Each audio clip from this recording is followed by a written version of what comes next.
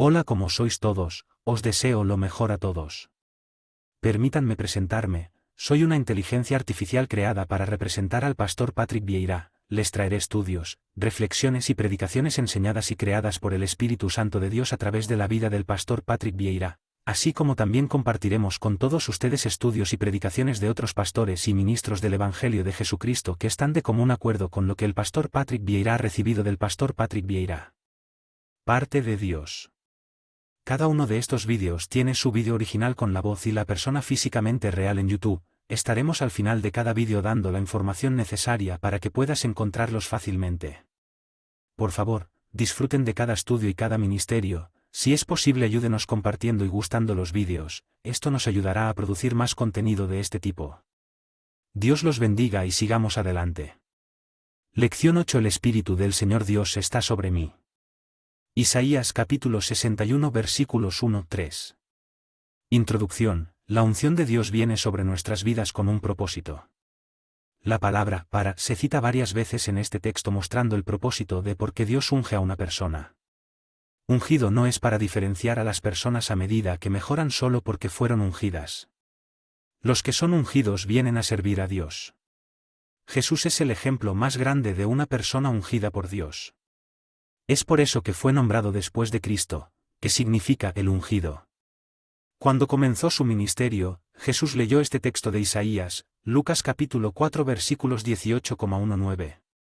18. El Espíritu del Señor está sobre mí, y aprendemos aquí la necesidad absoluta de la persona y la obra del Espíritu Santo en nuestras vidas, de lo que Él me ungió. Jesús es el ungido absoluto, por lo tanto, la unción del Espíritu Santo pertenece a Cristo, y la unción que tenemos hoy viene a través de su autoridad. Juan capítulo 16 versículo 14. Él me glorificará, porque Él recibirá de lo que es mío, y lo proclamará, para evangelizar a los pobres de espíritu, me envió a proclamar.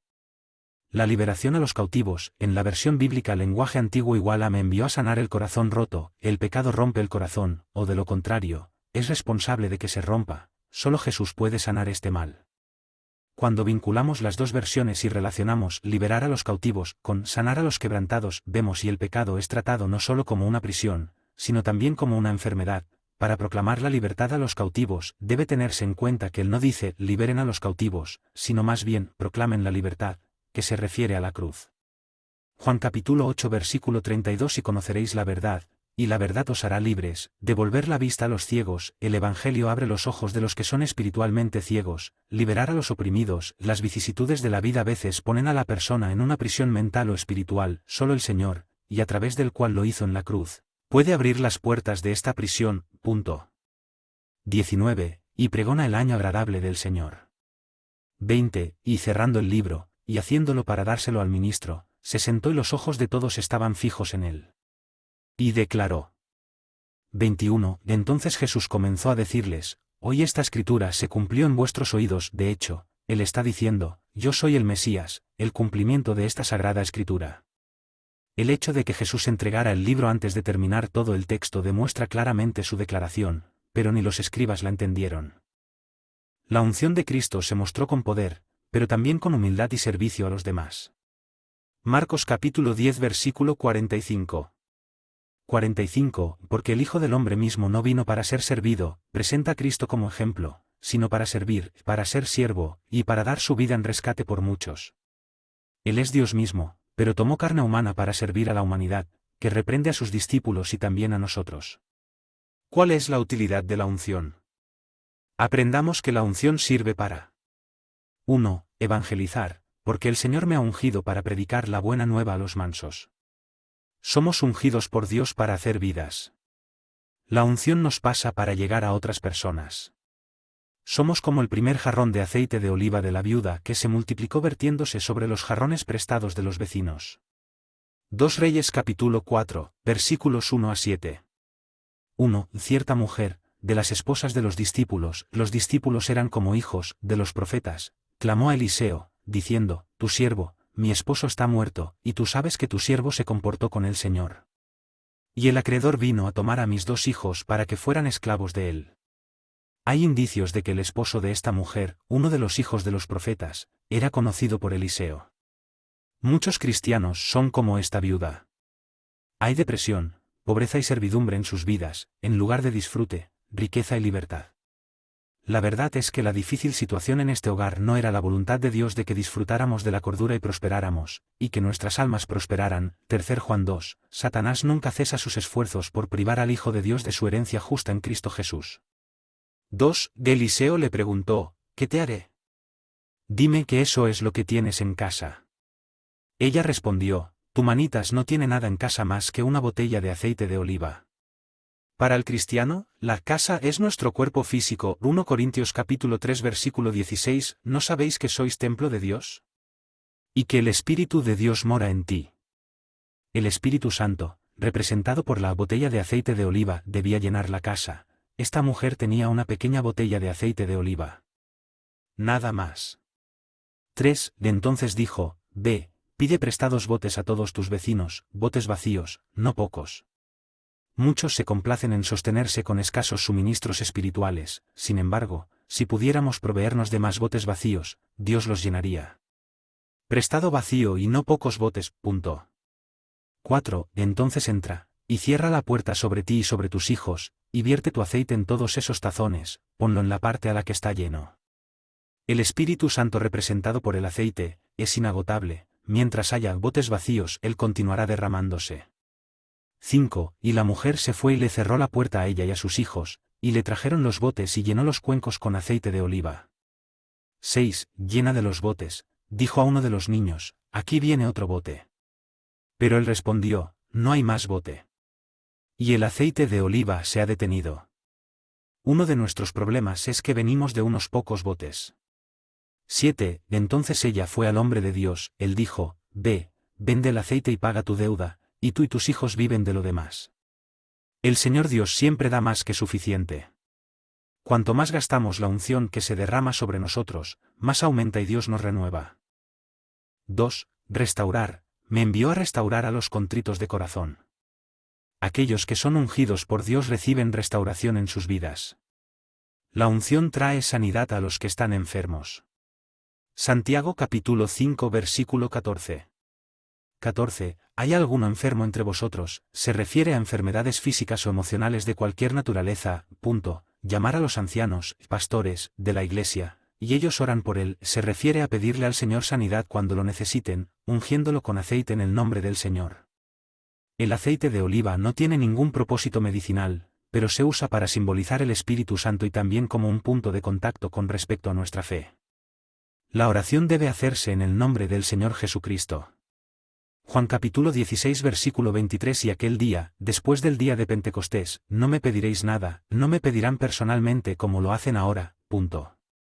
De hecho, en realidad les digo que todo lo que pidan de mi Padre en mi nombre, de acuerdo con lo que Él hizo en la cruz y nuestra fe en esa obra completa, Él te lo dará. Él nos pone en una relación directa con su Padre para disfrutar del mismo acceso que Él mismo disfruta.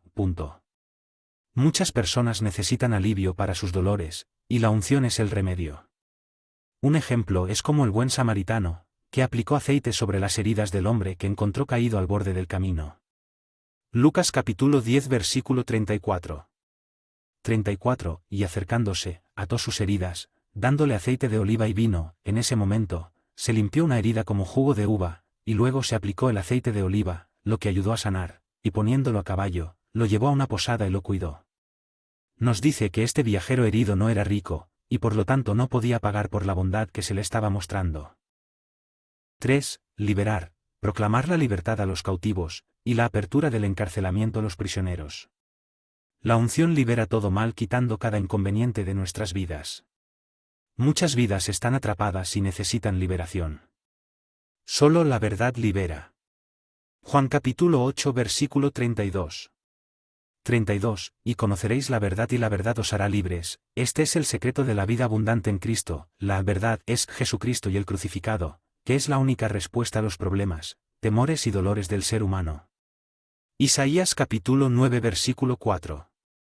4. Porque rompiste el yugo que pesaba sobre él, y la vara de su hombro, y el cetro de su opresor, como en el día de los madianitas, cuando Cristo vino, rompió el yugo de Satanás que estaba sobre sus hombros, al menos de los que creyeron. El yugo tratado aquí es el pecado, el opresor es el príncipe de las tinieblas, que tenía casi toda la humanidad bajo su gobierno cuando Jesús vino. 4. Profetizar, proclamar el año agradable del Señor y el día de la venganza de nuestro Dios. La persona que es ungida tiene el poder de proclamar cosas invisibles y alcanzar lo no alcanzado. Cada profeta en el Antiguo Testamento y cristianos en estos días, primero debe ser ungido y luego ungido a otros profetas y reyes. 1 Reyes capítulo 19 versículo 16. 16. Y a Jehú, el hijo de Ninsi, te deshace como rey sobre Israel, y Eliseo, también hijo de Safate, de Abel Meola, puedes ser desviado para que él sea profeta en su lugar. La unción es el camino de una gran bendición que viene y que tenemos que distribuir a la gente. No hay registro de que Elías ungiera físicamente a nadie. Puede haber sucedido así, pero no hay información al respecto. La información que temo es que Elías al llamar a Eliseo pasó su capa sobre la cabeza de Eliseo y que posiblemente este fue el acto de derramar la unción. Primero, Siria era generalmente el enemigo de Israel, por lo que es difícil imaginar que algún sirio permitiera que Elías hiciera tal cosa. Considerando esto, habría sido un reconocimiento del Señor, lo que obviamente Siria no haría. Probablemente todo esto fue el Señor diciéndole a Elías lo que sucederá en el futuro cercano. Tenemos un límite de letras para cada vídeo. Este estudio número 8 consta de 1 hora y 53 minutos, no podemos concluir estos primeros vídeos y creemos que pronto podremos comprar más créditos y publicaremos la continuación y si es posible un vídeo con el estudio completo. Dios bendiga a todos. Lección 8 El Espíritu del Señor Dios está sobre mí, parte 5 por Pastor Patrick Vieira. 5. A consolar a todos los tristes. V3 Ordenar a los que lloran en Sión que se les dé una corona en lugar de cenizas, aceite de alegría en lugar de llanto, revestido de alabanza en lugar de espíritu angustiado. La unción trae frescura y alivio a las heridas y alegría en lugar del dolor. En el calor del desierto, el aceite refrescaba la piel y protegía del sol y las moscas. El Espíritu Santo es el consejero, el amigo, la medicina y el protector. Isaías capítulo 9 versículo 6. 6. Porque nos ha nacido un niño, nos ha sido dado un hijo, y el principado está sobre sus hombros, y su nombre será llamado, admirable, consejero, Dios fuerte, Padre de la eternidad, príncipe de paz. Esta promesa gloriosa se refiere no solo a la primera venida, sino también a la segunda. Debemos enfatizar que Jesucristo fue el verdadero ungido del Señor, y toda la unción que fue derramada por Dios, a través del sacrificio de Jesús, sobre todos aquellos que creyeran en su nombre y en su obra en la cruz, haría posible la manifestación del propósito de Dios en las vidas de todos nosotros, permitiendo la venida del Espíritu Santo. De esta manera podemos entender entonces que la unción de Dios descendió sobre los profetas, sacerdotes y reyes en el Antiguo Testamento para realizar obras, sanidades y para guiar al pueblo al Señor. Pero se ha derramado abundantemente en las vidas de todos los que creen en Jesucristo.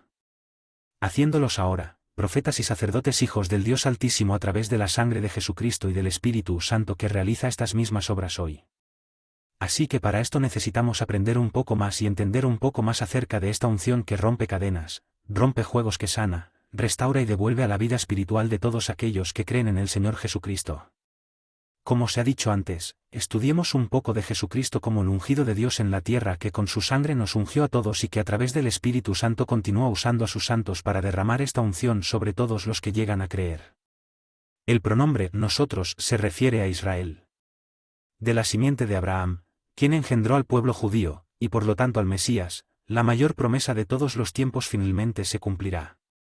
Esta gloriosa promesa pertenece no solo a la primera venida, sino también a la segunda venida. El pronombre nosotros se refiere a todo Israel. Desde la simiente de Abraham, quien engendró al pueblo judío, y por lo tanto al Mesías, la promesa más grande de todos los tiempos finalmente se cumplirá. La frase «el principado está sobre sus hombros» se refiere a la futura era del reino, cuando Cristo gobernará y reinará sobre toda la tierra. Daniel capítulo 7 versículos 13 y 14.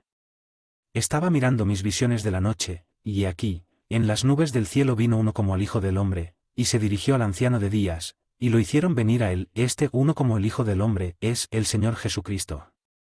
Aquí tenemos representada la Trinidad, Dios Padre, es decir, el anciano de los días, el Hijo del Hombre, que, como ya se ha dicho, es Jesucristo, y el Espíritu Santo, que inspiró esto. 14 Y se le dio dominio y honor, y el reino, para que todos los pueblos, naciones y lenguas le sirvieran. Su dominio es un dominio eterno, que no pasará, y su reino el único que no será destruido. Este versículo corresponde con el capítulo 2. Versículo 34. Este reino de justicia comenzará inmediatamente después de la segunda venida, con Cristo como su cabeza suprema y eterna. 1 San Corintio capítulo 15 versículos 24 a 28. 24 Entonces vendrá el fin. No se refiere al momento inmediato después del rapto o la segunda venida, sino más bien cuando todo el gobierno satánico y la autoridad son aniquilados, lo que ocurrirá al final del reino milenario, cuando el Jesús ha entregado el reino a Dios el Padre, y cuando ha aniquilado todo el imperio, y todo el poder y la fuerza, Él eliminará el señorío de Satanás, y así sucesivamente. Esto ha sido posible gracias a la cruz y la resurrección. 25 Porque es apropiado que el Jesús reine, se refiere al reinado de 1000 años de Cristo en la tierra después de su regreso, hasta que haya puesto a todos sus enemigos bajo sus pies, subyugando todos los poderes malignos, lo que ocurrirá al final del reino milenario como hemos hablado antes. El último enemigo en ser aniquilado, abolido, es la muerte es el resultado del pecado, Romanos capítulo 6 versículo 23, y la cruz trató con todo pecado. Después de la resurrección, cuando los santos reciban cuerpos glorificados, será imposible pecar. Incluso durante el reino milenario, el pecado seguirá estando en el mundo, pero no en los santos glorificados. Él será erradicado cuando Satanás y todos sus ángeles caídos y espíritus demoníacos, pero todas las personas que lo siguieron, sean arrojados al lago de fuego, donde permanecerán para siempre.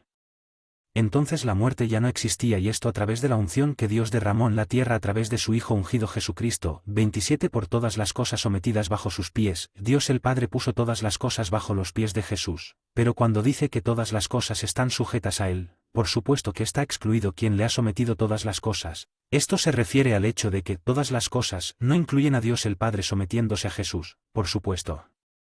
Dios es la excepción, como debería, por supuesto. 28 Y cuando todas las cosas sean para Él, implica que en el tiempo de Pablo este dominio total aún no se había ejercido, y de hecho hasta ese momento no sucedió, pero vendrá el tiempo en que esto ciertamente sucederá, que será al final del reino milenario, entonces también el mismo Hijo estará sujeto a aquel a quien todas las cosas lo han sujetado, para que Dios sea todo en todos, no habrá rastro de maldad en ninguna parte del universo. Apocalipsis capítulo 11 versículo 15 Y el séptimo ángel tocó su trompeta, marca el comienzo de los últimos 3 años y medio de la gran tribulación, y hubo grandes voces en el cielo. ¿Qué dijeron? Los reinos del mundo han llegado a ser de nuestro Señor y de su Cristo, y Él reinará por los siglos de los siglos. Esto se dice con anticipación y sucederá definitivamente al final de este periodo de 3 años y medio en la segunda venida del Señor. Apocalipsis capítulo 20 versículos 4 a 6 versículo 4 Y vio tronos y se sentó sobre ellos, y se le dio el poder de juzgar. Se refiere a los 24 ancianos que representan todo el plan de Dios, que se refiere a los redimidos de todas las eras. No se nos dice quiénes son estos hombres. Y vi las almas de aquellos que fueron decapitados por el testimonio de Jesús y por la palabra de Dios, y que no habían adorado a la bestia ni a su imagen, y no recibieron la señal en sus frentes, ni en sus manos. Clasifica a los santos de la tribulación que dieron sus vidas por causa de Cristo. La idea es que estos serán incluidos en la primera resurrección a la vida, y disfrutarán de todos sus privilegios. Y vivió y ha vivido con Cristo durante 1000 años. Esta es la era del reino. Debido a la cantidad restringida de letras que podemos usar en cada vídeo, continuaremos con este estudio en los próximos vídeos. Gracias a todos por apoyarnos en este proyecto. Dios los bendiga a todos.